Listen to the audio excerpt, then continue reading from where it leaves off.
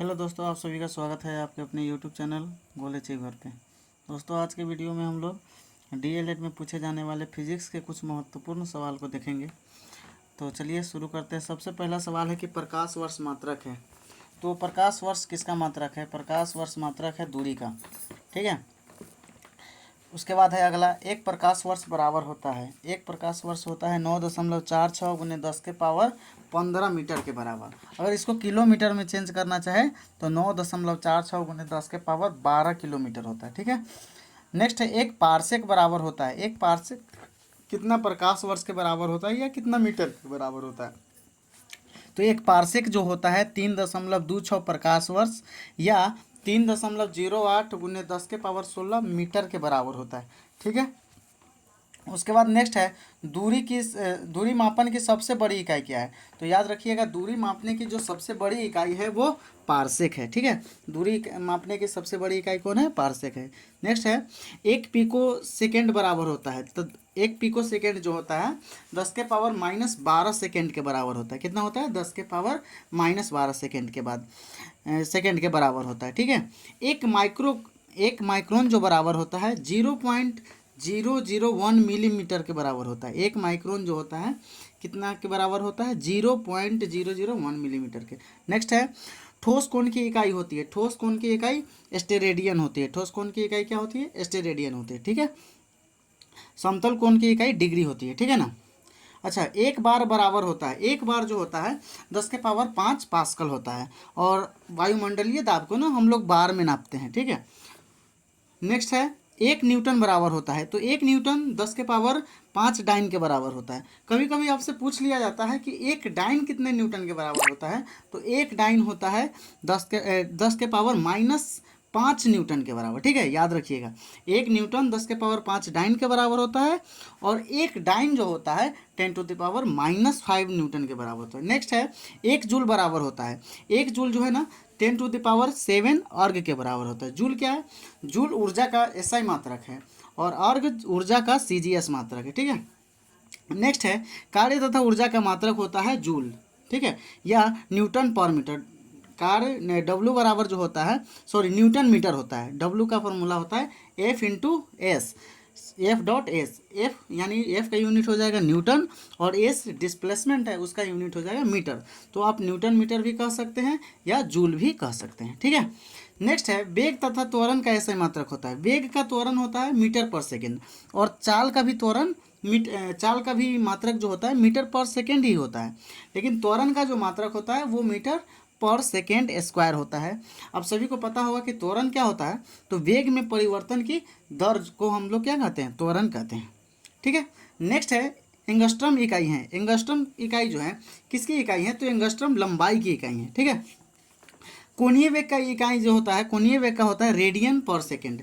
कोणीय वेग का जो इकाई है वो क्या होता है? रेडियन पर सेकेंड। ठीक है।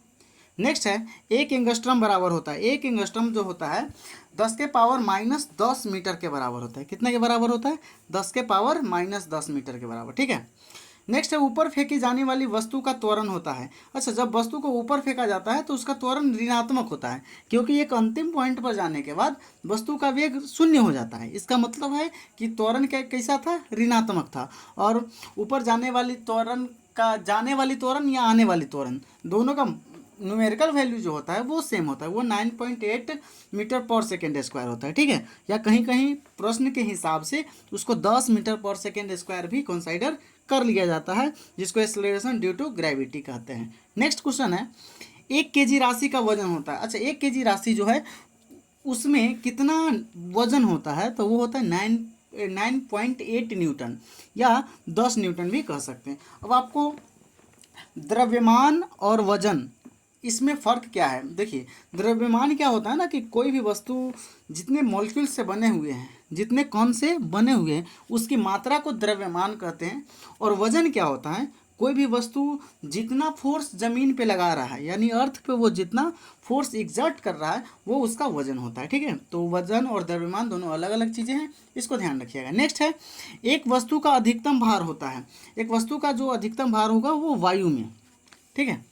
नेक्स्ट है, किसी पिंड के द्रव्यमान और वेग के गुणनफल को क्या कहते हैं? तो किसी पिंड के द्रव्यमान और उसके वेग के गुणनफल को ना उस वस्तु का संवेग कहते हैं। संवेग को p से डिनोट करते हैं और p बराबर होता है मास इनटू वेलोसिटी। ठीक है, इसका जो यूनिट होता है वो केजी पर मीटर, केजी मीटर पर सेकेंड होता है। क्या होता है? केजी मीटर पर सेकेंड। ठीक है, गति का नियम दिया था। गति का नियम कौन दिया था? न्यूटन ने दिया था। नेक्स्ट है प्रक्षेप्य पथ होता है। प्रक्षेप्य पथ क्या होता है? वो परवलयाकार होता है। प्रक्षेप्य पथ को ना प्रोजेक्टाइल पाथ भी कहते हैं। ठीक है, वो क्या होता है? परवलयाकार होता है।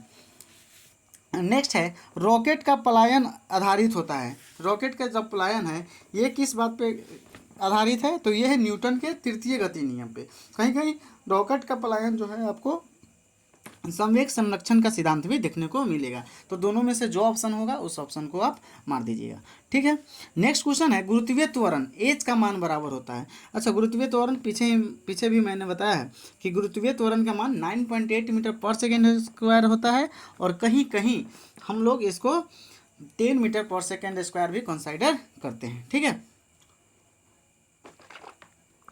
नेक्स्ट है जी का मान अधिकतम तथा न्यूनतम होता है। देखिए दोस्तों, जी का मान जो अधिकतम होता है यानी गुरुत्वीय त्वरण का जो मैक्सिमम वैल्यू होता है वो ध्रुव पर होता है। ठीक है, और ध्रुव से सेंटर पर जाते समय जब आप ध्रुव से सेंटर की तरफ जाइएगा उस समय भी जी का मान क्या होता है? घटता है। ठीक है, और ध्रुव से ऊपर भी जाइएगा, अर्थ से ऊपर भी जाइएगा तो भी जी का मान घटेगा, और उसके भूमध्य रेखा की तरफ भी जाइएगा तो जी का मान घटेगा। तो कभी कभी पूछा जाता है कि जब कोई वस्तु ध्रुव से भूमध्य रेखा की तरफ जाती है तो उसका जी का मान बढ़ता है कि घटता है? तो क्या होगा? घटता है।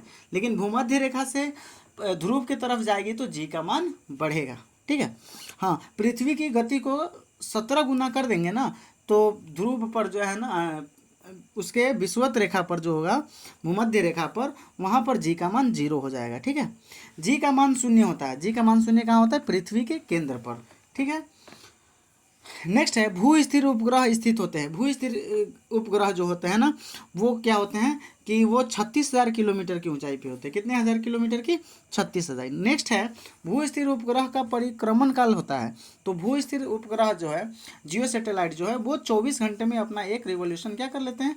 पूरा कर लेते हैं। नेक्स्ट है पृथ्वी के अपेक्षा चंद्रमा का द्रव्यमान लगभग होता है 1/81 गुना।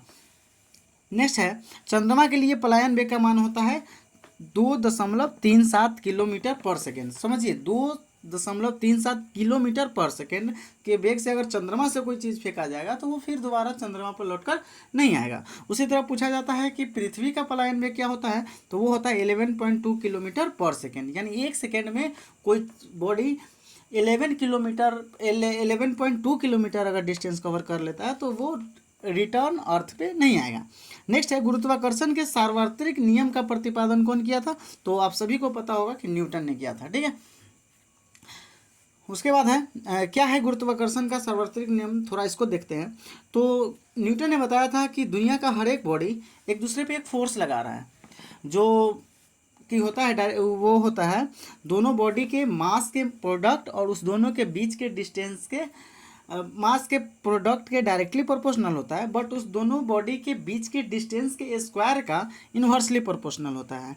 अगर ऐसा कहा जाए कि दोनों वस्तु के द्रव्यमान के गुणनफल के समानुपाती तथा उनके बीच की दूरी के वर्ग के व्युत्क्रमानुपाती होता है, यही ग्रेविटेशनल फोर्स का फॉर्मूला है। ठीक है, फॉर्मूला अगर आपसे पूछा जाए ग्रेविटेशनल फोर्स का तो वो होता है जी m1 इंटू m2 बटा आर स्क्वायर, जहाँ पे जी क्या है?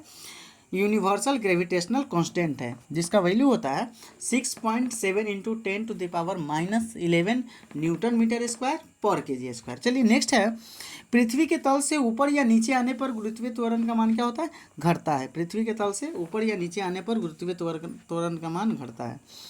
पृथ्वी तथा सौर मंडल के लिए पलायन वेग का मान जो होता है वो 11.2 किलोमीटर पर सेकेंड या 42 किलोमीटर पर सेकेंड होता है। हाँ, पृथ्वी के लिए 11.2 किलोमीटर पर सेकेंड और सौर मंडल के लिए 42 किलोमीटर पर सेकेंड।